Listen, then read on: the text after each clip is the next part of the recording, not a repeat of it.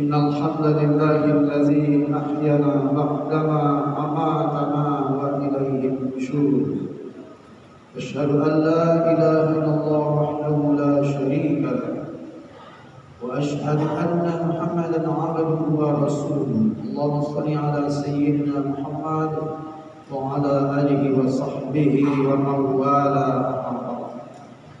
قال الله تعالى في القرآن الكريم وهو أصدق القائلين: أعوذ بالله من الشيطان الرجيم. بسم الله الرحمن الرحيم. ولتكن منكم أمتي يدعون إلى الخير ويأمرون بالمعروف وينهون عن المنكر وأولئك هم المفلحون. صدق الله العظيم. Hadratul Mukaramin, para alim, para ulama, para sesepuh, para orang tua kami yang kami muliakan, bil khusus Bapak Ibu Jimasul berbahagia. Kembali kita bersyukur kehadiran Allah Subhanahu wa taala yang mana pada Sabtu subuh yang penuh berkah ini kita dapat bermujaha dalam keadaan sehat walafiat, sehingga kita sama-sama hadir kembali menunaikan salah satu kewajiban kita selaku hamba Allah, melaksanakan salat subuh secara berjamaah di masjid yang kita cintai ini. Mudah-mudahan seluruh rangkaian ibadah yang sudah kita laksanakan maupun yang akan kita laksanakan, mudah-mudahan Allah berikan keridhaan kepada kita semuanya dan dimudahkan langkah kita dan dipanjangkan umur kita, umur yang berkah yang beribadah kepada Allah Subhanahu wa taala.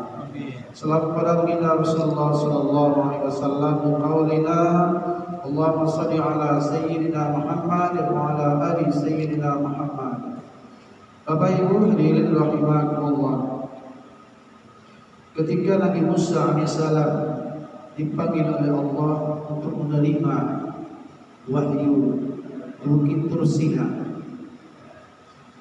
selama 40 hari Nabi Musa alaihissalam bermunajat menerima wahyu dari Allah Subhanahu wa taala, maka mengganti posisi beliau untuk menjadi pengganti beliau waktu itu adalah saudara kandung beliau sendiri, yaitu Nabi Harun alaihi salam. Nabi Musa berpesan sebelum beliau meninggalkan kaumnya atau umatnya untuk berangkat menerima wahyu dari Allah Subhanahu wa taala. Maka Nabi Musa berpesan kepada saudaranya Nabi Harun alaihissalam, "Wahai Harun saudaraku, jangan kamu tinggalkan dakwah. Jangan kamu tinggalkan dakwah, sebab apabila kamu tinggalkan dakwah ini, maka umat yang sudah mendapat ridho dari Allah, mendapat hidayah dari Allah Subhanahu wa taala, artinya umat yang sudah masuk Islam akan berbalik kembali nanti." Dikhawatirkan begitu kata Nabi Musa alaihissalam. Maka Nabi Harun alaihissalam menjawab, "Insya Allah amanah yang akan saya sandang ini, yang akan saya laksanakan, insya Allah akan saya jalankan dengan sebaik-baiknya."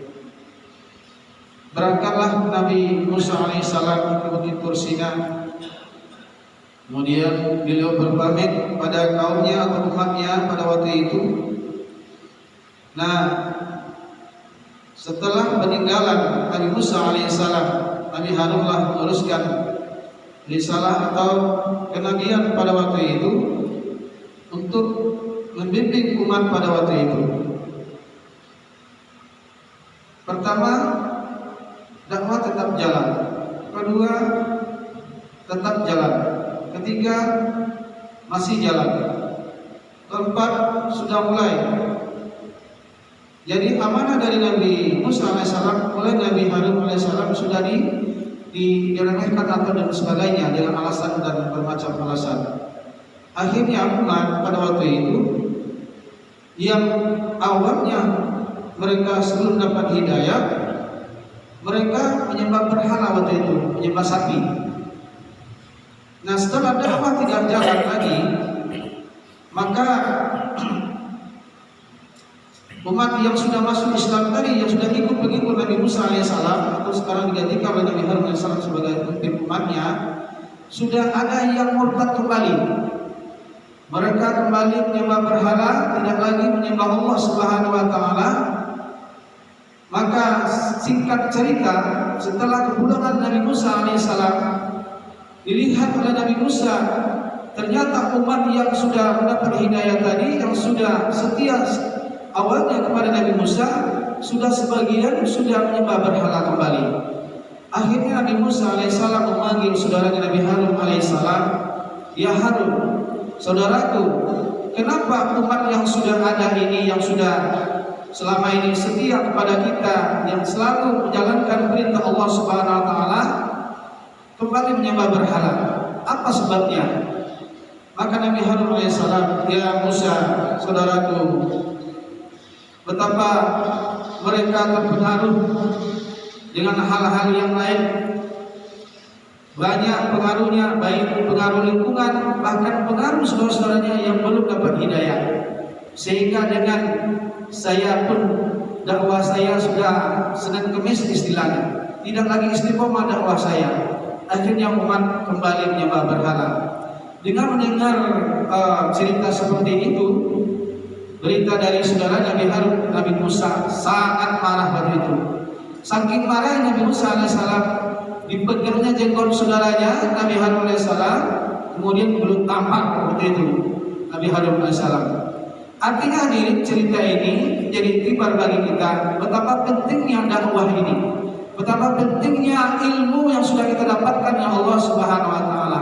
Karena Rasulullah SAW berpesan, apapun yang kita dapatkan dari Allah Subhanahu wa taala melalui para ulama kita, melalui para guru-guru kita, tentu kita akan kembali kita sampaikan. Sebab besok hari ini di akhirat ditanya oleh Allah Subhanahu wa taala, "Kamu seorang alim, kamu seorang berilmu, ilmu apa saja, yang penting ilmu kebaikan, apalagi ilmu agama, apalagi ilmu kesehatan dan sebagainya, itu harus juga dikembalikan atau didakwahkan atau diajarkan kepada saudara-saudara kita yang belum mendapatkan ilmu itu."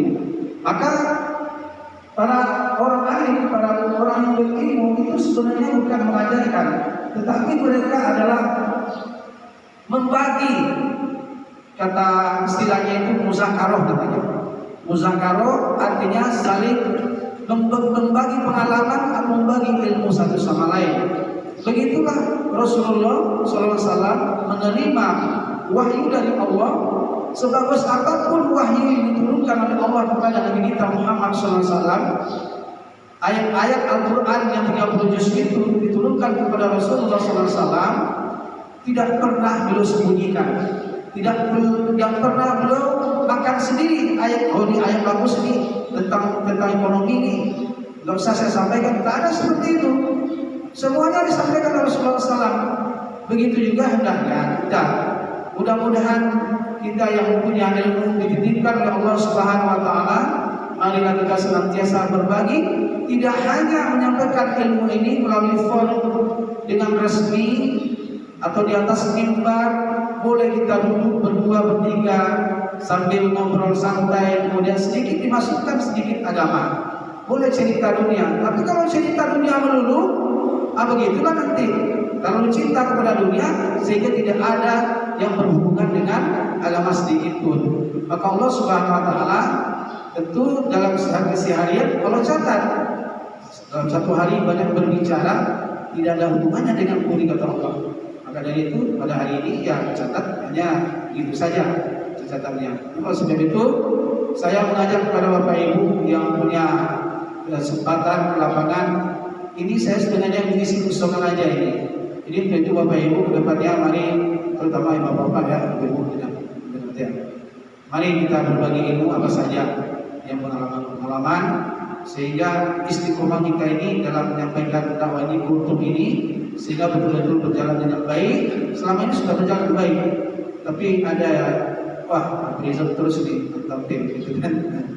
Tapi bagi saya insyaallah bagi kebersamaan tetap saya isi, karena ini tanggung jawab kita bersama. Istiqomah ini bertahun-tahun kita jalankan, khususnya hari Ahad kita panggil guru dari luar yang masing-masing mereka mempunyai potensi masing-masing baik bagian fikih, akhlak, akidah, dan tasawuf, dan tafsir jalan tafsir Manawi dan sebagainya, itu khusus kita bagi gurunya. Bagi bapak ibu yang hadir istiqomah, duduklah dalam majelis ilmu, jangan begitu selesai pulang pun sampai ke rumah apa yang kita kejar, paling tidak lama gitu kan. Demikian dapat sampaikan dalam berkanya. Mohon maaf atas penyampaian kurang berkenan di hati bapak ibu. Untuk kesempurnaan majelis ini kita tutup dengan tasbih kepada majelis. Subhanallah wa bihamdika, asyhadu an la ilaha illa anta, astaghfiruka wa atubu ilaik. Wallahu muwaffiq ila aqwamit thoriq. Assalamualaikum warahmatullahi wabarakatuh. Allahumma